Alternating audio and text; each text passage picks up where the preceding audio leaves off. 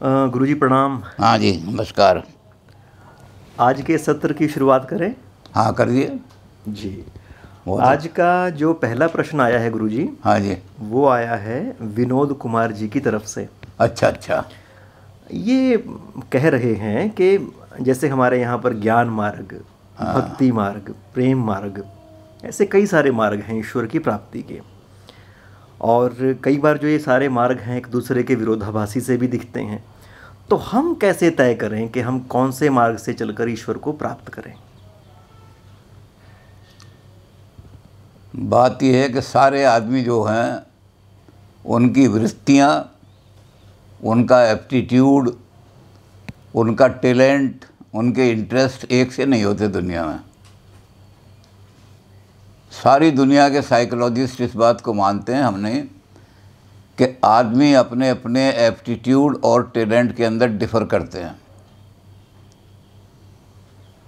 अब इस डिफरेंस को अगर आप स्वीकार नहीं करते तब तो आप सब पर एक सी चीज़ इम्पोज कर सकते हैं। और अगर आप इस चीज़ को स्वीकार करते हैं कि सारे आदमी एक से नहीं हैं, हर आदमी के अंदर अंदर रुचि अलग होती है। एक आदमी की रुचि है मिठाई ज़्यादा खाने में, एक आदमी की रुचि है पकौड़े ज़्यादा खाने में। आप उसको फोर्स नहीं कर सकते कि तुझे पकौड़े ही खाने पड़ेंगे। तो इस फ्रीडम के हिसाब से हमें देखना पड़ता है कि मेरा इंटरेस्ट किस चीज़ में है। अगर मैं इंटेलेक्चुअल आदमी हूँ, बुद्धिवादी आदमी हूँ, रीज़न का ज़्यादा करता हूँ, तो मैं रीज़न के द्वारा समझना चाहता हूँ कि ये मिस्ट्री ऑफ द यूनिवर्स क्या है। और जब रीज़न का प्रयोग मैं करूँगा तो मुझे ज्ञान मार्ग की तरफ जाना पड़ेगा। रीज़न माने ज्ञान। अब आदमी कहता है कि उसके अंदर इतनी बुद्धि विकसित नहीं है। हर आदमी आइंस्टीन नहीं बन सकता, हर आदमी न्यूटन नहीं बन सकता, हर आदमी शंकराचार्य की तरह से इतना बड़ा 32 साल में सारे हिंदुस्तान में वेदांत फैला दिया। हर आदमी ऐसा नहीं बन सकता। तो हर आदमी को क्या कहा उन्होंने कि फिर तुम ये करो कि तुम ज्ञान वाला रास्ता जो है, इतना ज्ञान प्राप्त करना, इसको तुम क्या ये रास्ता करो कि तुम अपने एक्शन से करो काम सारा। तुम इस यूनिवर्स के हित में कौन से एक्शन कर सकते हो और यूनिवर्स को जिससे नुकसान पहुंचता हो ऐसे कौन से एक्शन कर सकते हो। तो ये आपके पास एक कर्म का मार्ग आ जाएगा। और कर्म के मार्ग में हमारे यहाँ जो सारे लोग हैं उन्होंने कहा है कि ये आदमी की फ्रीडम है अपना कर्म चूज करने की। जब आप ये फ्रीडम देंगे तो आदमी पर रिस्पॉन्सिबिलिटी भी आ जाएगी इसके। आजकल जो सबसे बड़ा दर्शन चल रहा है फिलॉसफी का, जो लिविंग फिलॉसफी आज, वो है एग्जिस्टेंशियलिज्म। और एग्जिस्टेंशियलिज्म जो है आदमी को चूँकि पूरी फ्रीडम देता है, इसलिए आदमी के ऊपर रिस्पॉन्सिबिलिटी भी लाता है कि if you are free to choose then you should take responsibility कि कोई अच्छा काम या नहीं हुआ।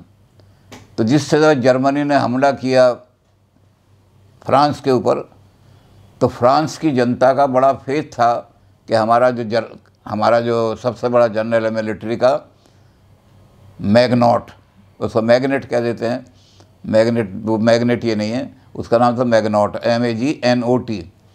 उनको ये था कि मैग्नॉट ने जो हमारी रचना बनाई है मिलिट्री की, उसको हिटलर नहीं तोड़ पाएगा, क्योंकि उसने विश्वास दिला दिया था। लेकिन हुआ क्या कि हिटलर ने जब हमला किया तो वो रचना जो है टूट गई। और फ्रांस के लोगों को एकदम आश्चर्य हो गई कि जिस चीज़ को हम इम्पॉसिबल मांग रहे थे, अब तक हमें विश्वास दिला रखा था। तो मैग्नॉट ने सबसे पहला काम क्या किया, जर्मन सोल्जर जैसे ही फ्रांस के अंदर घुसे, मैग्नॉट ने अपनी पिस्टल उठाई और कनपट्टी पर रख करके नोट लिखा कि फ्रांस हारा है अगर तो मेरे कारण से हारा है कि मैं गलत विश्वास दिलाता रहा, मैं एश्योरेंस जो दिलाता रहा कि हमारी लाइन नहीं टूटेगी, तो I am responsible for the defeat of my nation, इसलिए मैं गोली मार करके खुदकशी कर रहा हूँ। अब जो एग्जिस्टेंशलिस्ट हैं उन्होंने टीचर को भी यही कहा है। उनकी एजुकेशन की थ्योरी ये कहती है अगर कोई लड़का फेल हो जाता है तो आप जिम्मेदारी लो कि मैंने इसको ठीक गाइड नहीं किया, आई टेक द रिस्पॉन्सिबिलिटी कि लड़का मेरी वजह से फेल हुआ है। और इसका प्रायश्चित मैं क्या करूँगा, कुछ भी करूँ, चाहे 2 दिन भूखा रहूँ, चाहे रोऊँ, चाहे कुछ भी करूँ। तो when you are free to choose your action you must take responsibility of that action also. तो इसलिए आप जो काम करेंगे कर्म मार्ग में, उसमें बड़ी रिस्पॉन्सिबिलिटी लेनी पड़ेगी, बहुत एक एक कदम आपको सोच के करना पड़ेगा। इसके लिए कर्म मार्ग में कहा है कि व्हेन यू, एक स्टेप भी, एक कदम भी जब आप आगे रखो तो ये सोच के रखो कि I am legislating for whole humanity. अगर मेरा ये कदम गलत हो गया तो ह्यूमैनिटी को नुकसान होगा, तो मैं उसके लिए रिस्पॉन्सिबल हूँ, आई शैल टेक रिस्पॉन्सिबिलिटी। इसलिए कर्म मार्ग बड़ा कठिन मार्ग है। लेकिन जो ऐसे लोग हैं जो बड़े साहसी लोग हैं और कठोर कर्म को निभा सकते हैं, वो कर्म मार्ग चुनते हैं। लेकिन कुछ लोग ऐसे हैं कि ना तो इतना ज्ञान प्राप्त कर सकते हैं और ना उनके अंदर इतनी शक्ति है कि रिस्पॉन्सिबिलिटी हैं, तो क्या करते हैं, वो एक सहारा खोजते हैं। हमें कोई सहारा चाहिए।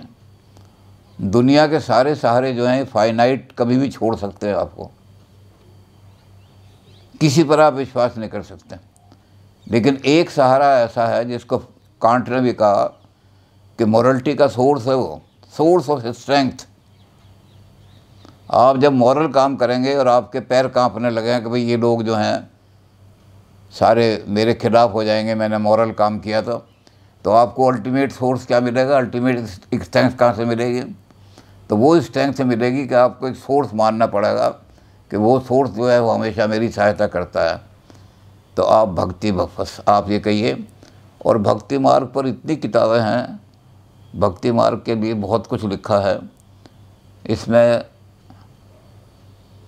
जो नारद भक्ति सूत्र है बहुत बड़ा, उस पर ओशो का एक लाइन ही, वैसे तो कमेंट्री पूरी लिखी है ना भक्ति सूत्र पर, लेकिन इसकी एक लाइन भी काफ़ी है कि अगर आपका फेथ अटल है, इनफ्लिंचिंग का शब्द लिख दिया, यानी जो डगमगाता नहीं आपका फेथ, पक्का फेथ है आपका, तो जो यूनिवर्स का मालिक है, ग्रेटेस्ट पावर, वो खुद नाव लेकर के आएगा उसको, आपको इस नदी से पार उतारने के लिए। आपका फेथ उस पर होने से। हम भी, हमारे यहाँ भी भक्ति मार्ग, क्योंकि हमारे यहाँ भक्ति मार्ग का बहुत है। हमारे यहाँ भी ये कहा गया है कि द्रौपदी का जब चीर हरण हो रहा था और दुशासन चीर खींच रहा था उसको, तो द्रौपदी ने एक हाथ उठा करके कहा, कृष्ण मेरी सहायता करो, कृष्ण मेरी लाज बचाओ, और एक हाथ से उसने धोती पकड़ी हुई थी अपनी साड़ी। तो कृष्ण ने कहा कि अभी तो तू संसार के सहारों पर खड़ी हुई है, दुनिया के सहारे देख ले कौन तुझे कितना सहारा देगा। अल्टीमेट फेथ जब मेरे ऊपर करेगी तब मैं तुझे पूरी। तो जब उसने बहुत जोर का झटका मारा, जब लाइफ में बहुत झटके आते हैं तब आदमी भगवान की तरफ आता है, तो जब उसने बहुत जोर का झटका मारा दुशासन ने, तो दूसरा हाथ जो था उससे साड़ी छूट गई। तो द्रौपदी ने दोनों हाथ उठा दिए। कृष्ण ने कहा कि now you have surrender your self to me, अब तूने मेरे लिए, मेरे ऊपर पूरा विश्वास कर लिया है, संसार पर विश्वास नहीं है तेरा। Now I shall come to save your life. तो भक्ति वाले वो लोग जो हैं वो कहते हैं कि हमारे पास अपनी इतनी शक्ति नहीं है, ज्ञान की भी और कर्म करने की भी इतनी शक्ति नहीं है, इसलिए हमें तो कोई सहारा चाहिए। तो ये तीनों रास्ते जो हैं ये हमारे यहाँ तीनों के अलाउड है अकॉर्डिंग, क्योंकि हम ये मानते हैं, हम इम्पोज नहीं करते किसी के ऊपर कोई चीज़, नो इम्पोजिशन। हमारे यहाँ ये है according to your talent, according to your aptitude, according to your interest. आप देखिए आप किस, अगर आपका इंटरेस्ट इंटेलेक्चुअल में है तो ज्ञान मार्ग किससे चलिए। लेकिन ये तीनों मार्ग जब अलग अलग चलते हैं तो इनमें समन्वय करने वाले लोग हैं जो कहते हैं कि तीनों मार्ग सेपरेट नहीं हैं। ज्ञान के बिना अगर आप कर्म करोगे तो पाखंड बन जाएगा वो। उसका उदाहरण हमारे वेस्टर्न लोगों ने भी दिया है, वेस्टर्न थिंकर्स जो हैं उन्होंने उसका उदाहरण दिया है कि जैसे पंखा चलता रहता है, लेकिन पंखे को ज्ञान नहीं कि मेरे इस चलने से कोई किसी को फ़ायदा होगा या नुकसान होगा, मरेगा। तो पंखे का एक्शन को आप मॉरल एक्शन नहीं कह सकते। बिना ज्ञान के जो कर्म होता है वो पंखे की तरह से है कि पंखा घूम रहा है, ये मॉरल है या इमॉरल है कुछ पता नहीं, पंखे को कोई पता नहीं होता। तो ये एक्शन बिल्कुल बेकार एक्शन है। आपको फिर अच्छे और बुरे का ज्ञान भी, किम कर्मा किम अकर्मेति। आपने कहा कि कर्म करो और ऐसे करो बिल्कुल कि फल की इच्छा मत करो, कर्म करो। तो हमारे यहाँ 2 आदमी बताए गए, खल बिन स्वार्थ पर अपकारी। जितने दुष्ट हैं, लुच्चे हैं, लफंगे हैं, बिना स्वार्थ के काम करते हैं। क्या करते हैं? अपकार। इसका नुकसान हो जाए चाहे मेरा कुछ फ़ायदा हो या ना हो, मुझे अपना कोई स्वार्थ नहीं। वो कहेंगे मैं तो निस्वार्थ भाव से काम कर रहा हूँ। क्या है कि इसका लड़का जो है वो IAS में पास नहीं होना चाहिए। जिस दिन पेपर देने जा रहा है मैंने जा कर के टक्कर मार दी उसमें। भाई तेरा क्या फ़ायदा हुआ? कहते मैं निस्वार्थ भाव से काम किया। तो दुष्ट लोग जो हैं, जिमें अही मूसक सुन उर्गारी, उन्होंने कहा कि देखो अही और मूषक जो हैं वो निस्वार्थ भाव से काम करते हैं। सांप जो है उसका खून, उसकी खुराक नहीं है किसी का ब्लड चूसना, और 2 बूंद खून से उसकी भूख मिट भी नहीं सकती। लेकिन एक आदमी है, उसको डंक मार के मर गया वो आदमी। भाई तेरा क्या फ़ायदा हुआ उसमें? तो उसने कहा मैं तो निस्वार्थ भाव से डंक मारा, मेरा कोई फ़ायदा, मैंने अपना फ़ायदा नहीं देखा। मैं अपना स्वार्थ कभी नहीं देखता हूँ, डंक मारता हूँ लोगों के। तो अही की तरह, सांप की तरह से जितने दुष्ट लोग हैं निस्वार्थ भाव से काम करते हैं। और मूसक का भी यही है। एक चूहा अलमारी में बंद हो गया, उसे खाना वाना मिला नहीं अलमारी के अंदर। तो एक स्त्री की शादी होकर आई थी, वहाँ 10,000 रुपये का लहंगा रखा हुआ था। उसने काटना शुरू कर दिया। अब खटखट करके जो आवाज़ आई, उन्होंने खोला तो सारा लहंगा का वो जो थी महिला वो बेहोश हो गई, गिर पड़ी। भाई चूहे तेरा भोजन कपड़ा थोड़ी है, तू तो कुछ कपड़े को तो तू खा ही नहीं सकता। तूने, कहते हैं निस्वार्थ भाव से काम किया हमने, हम फल की इच्छा नहीं करते कभी भी।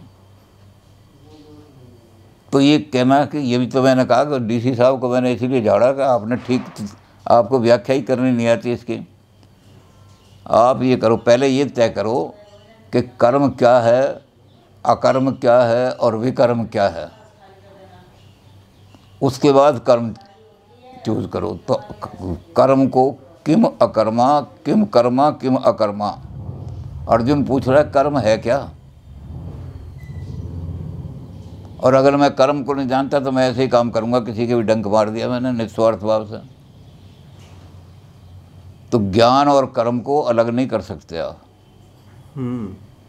इसी तरह से जो खाली ज्ञान पे चाहते हैं उनके लिए कहा कि जितना ज्ञान आपने इकट्ठा किया है उसके लिए भी हमारे यहाँ कहा कि एक गधे की आयु 40 साल होती है।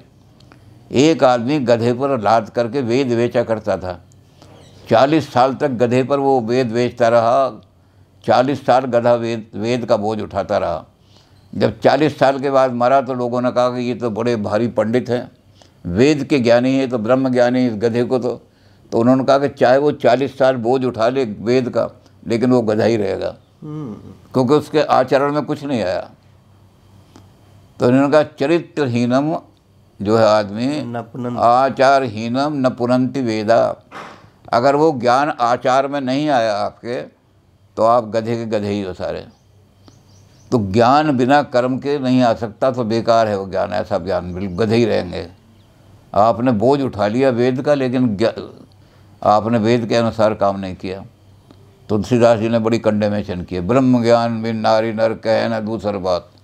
जब मंच पर बैठता है तो हर एक महात्मा ब्रह्म ज्ञान की बात करता है, लेकिन कौड़ी लागी मोह बस। लेकिन जब मंच से नीचे उतरता है तो 10-10 या 20-20 रुपए के लिए अपने गुरु के छुरी घोंक करके और गद्दी को हथियाने की कोशिश करता है कि गुरु मर जाएगा, जल्दी से गद्दी पे बैठूंगा। तो कर्म उसका इतना नीचे है, तो ज्ञान का क्या फ़ायदा है ऐसे ज्ञान का? तो ज्ञान जो है कर्म के बिना बेकार है और कर्म ज्ञान के बिना बेकार है। अब दोनों में क्या चीज़ है कि ज्ञान का बड़ा है। ज्ञान पंथ कृपाण के धारा। ज्ञान पंथ बिल्कुल तलवार की धार की तरह से है। बहुत मुश्किल है ज्ञान पंथ से चलना। क्यों मुश्किल है? क्योंकि ज्ञानी के अंदर एकदम अहंकार आ जाता है, मैं बहुत जानता हूँ, मेरा बहुत ज्ञान है। और अहंकार पतन का कारण है। अहंकार तो रावण का भी नहीं रखा, उन्होंने कहा कि इसका अहंकार नाश करना है। तो अहंकार जैसे आता है उसका पतन हो जाता है ज्ञानी का।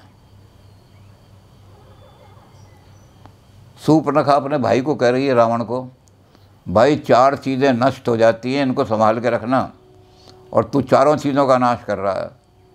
वो कहता है क्या कहती है? शूर्पणखा को वैसे तो कहते हैं ऐसी, और लेकिन बड़ी ज्ञानी है वो भी। तो कह रही है संग से जति, सन्यासी आदमी अगर औरतों का, नारी का संग करेगा तो उसका सन्यास नष्ट हो जाएगा, क्योंकि संगात संजायते कामाः, जिस चीज़ का हम संग करते हैं और उससे हमें आनंद आता है, उसको प्राप्त करने की इच्छा हमारे अंदर हो जाती है। अगर तू स्त्रियों का संग करेगा तो स्त्रियों को प्राप्त करने की तेरे अंदर इच्छा हो जाएगी, तेरा सतीत्व नष्ट हो गया, सन्यास नष्ट हो गया। और दूसरी चीज़ उन्होंने कहा कि दूसरी चीज़ क्या होती है कि मान से ज्ञान, जैसे अहंकार आया आदमी के अंदर, ज्ञान की वृत्ति खत्म है, तो बहुत जानता हूँ, मुझे और क्या नहीं, मुझे क्या सिखाएगा तू, तो उससे ज़्यादा मैं जानता हूँ। तो मान आते ही अहंकार आदमी पतन हो जाता है, तो ज्ञान वाले आदमी का पतन हो सकता है। इसलिए भक्ति बहुत ज़रूरी है। ज्ञानवान के लिए बताया कि असली विद्वान कौन है? जो आदमी विनम्र हो जाए विद्या के बाद। विद्या ददाति विनयम। विद्वान आदमी हम उसको नहीं मानेंगे जो इस तरह सिर उठा के चले। वह हम कहेंगे बरसें जलधि भूमि नियराए, जथा नवई बुध विद्या पाए। जो ज्ञानी आदमी है, महान ज्ञानी आदमी है, वो जितना ज्ञान आता है उतने नब जाते हैं, झुक जाते हैं, विनम्र हो जाते हैं। वो सोक्रेटिस की तरह कहते हैं कि more I know the more the area of my ignorance widens. तो ये ज्ञान जो है, अगर भक्ति नहीं होगी आपके अंदर तो ज्ञान अहंकार आ जाएगा, और यही कर्म में होता है।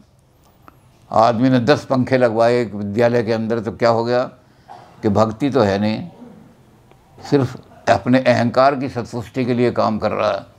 तो हर एक पंखड़ी पर लिखवाएगा वो, एक पंखे ही नहीं है बल्कि एक पंखड़ी, फला आदमी ने कृपा शंकर जी ने ये पंखा विद्यालय को दान किया, भाई एक पंखड़ी पर लिखवा दे, दूसरी भी लिखवा दे। जो भक्ति से काम करते हैं, कर्म करते हैं, वो इस तरह से फिर प्रोपेगेंडा नहीं करते। प्रोपेगेंडा करते भक्ति का नाश हो जाता है। लोक प्रतिष्ठा बहुत बड़ा अग्नि है जिसमें सारे पुण्य जल जाते हैं। मुझे लोक के अंदर प्रतिष्ठा मिलनी चाहिए, मैंने ये काम कराया है, मैंने एक कुआं बनवाया है, अखबारों में मेरा नाम छपना चाहिए, तो कुएं का पुण्य खत्म हो जाएगा। इसलिए क्या होगा कि आप डिवोशन, मैंने गॉड के लिए काम किया, भगवान की भक्ति के लिए काम किया है, मैंने कुआं इसलिए बनवाया है कि भगवान इससे प्रसन्न हो जाए। तो वो जो भक्ति मार्ग है, तो विवेकानंद ने यही कहा है, उन्होंने कहा तीनों मार्गों को अलग अलग मत समझो। अगर तीनों मार्गों को अलग अलग समझोगे तो भटक जाओगे संसार के अंदर। खाली ज्ञान को समझाओगे तो अहंकार आते ही पतन हो जाएगा आपका। खाली कर्म को लोगे तो कर्म में एक तो के धन का व्यय होता है, आदमी पैसा, कर्म मार्ग बड़ा धनाढ़ लोग तो कर सकते हैं, दूसरे करना मुश्किल होता है। तो एक तो धन का नाश, और दूसरे बाद भी जहाँ अहंकार आया उसमें भी लोकेशना आ जाती है, और जहाँ लोकेशना आई आदमी का पतन हो जाता है। इसके बारे में हम राजनीतिक लोगों की उदाहरण दिया करते हैं कि एक राजनीतिक आदमी जो था, उसको पता लगा कि आज सफाई अभियान चल रहा है, तो वो एकदम चला सफाई अभियान में, जल्दी से मेरी फ़ोटो खींचें। लेकिन वो थोड़ी बहुत कहीं गाड़ी लेट हो गई उसकी, इतनी देर में सफाई अभियान शुरू हो गया। वो जल्दी जल्दी पहुंचा। अब वहाँ फ़ोटोग्राफ़र खड़े थे, उसने जल्दी से झाड़ू उठाई और जल्दी से फ़ोटो के, वो फोटोग्राफ़र फ़ोटो ले मेरा, उसने फ़ोटोग्राफ़र लिया। अगले दिन फ़ोटो जो छपा तो पता लगा कि झाड़ू उल्टी पकड़ी हुई थी, डंडा नीचे था झाड़ू का और झाड़ू ऊपर थी, सारा हो गया सारा का। ये डिवोशन के लिए नहीं काम कर रहा, लोकेशन के लिए, तो लोकेशन में पतन हो गया, अगले दिन पतन हो गया उसका। तो तीनों मार्गों को जो जोड़ सकते हैं, इकट्ठा कर सकते हैं। अगर मुझ में ज्ञान है तो कर्म भी वैसे ही करूं, और मैं कर्म करूं तो उसको डिवोटेडली समझ के भगवान के लिए काम कर रहा हूं। जी गुरु जी, ये तो इस तरह से जो तीनों मार्ग हैं वो अपने आप में स्वतंत्र भी हैं पर आत्मनिर्भर, पारस्परिक निर्भरता भी उनकी है, और वो एक दूसरे को निर्देशित भी करते हैं, बिल्कुल संतुलित भी रखते हैं, संतुलित रख देते हैं। सबसे बड़े जी जी जी, एक दूसरे को संतुलन कर देते हैं।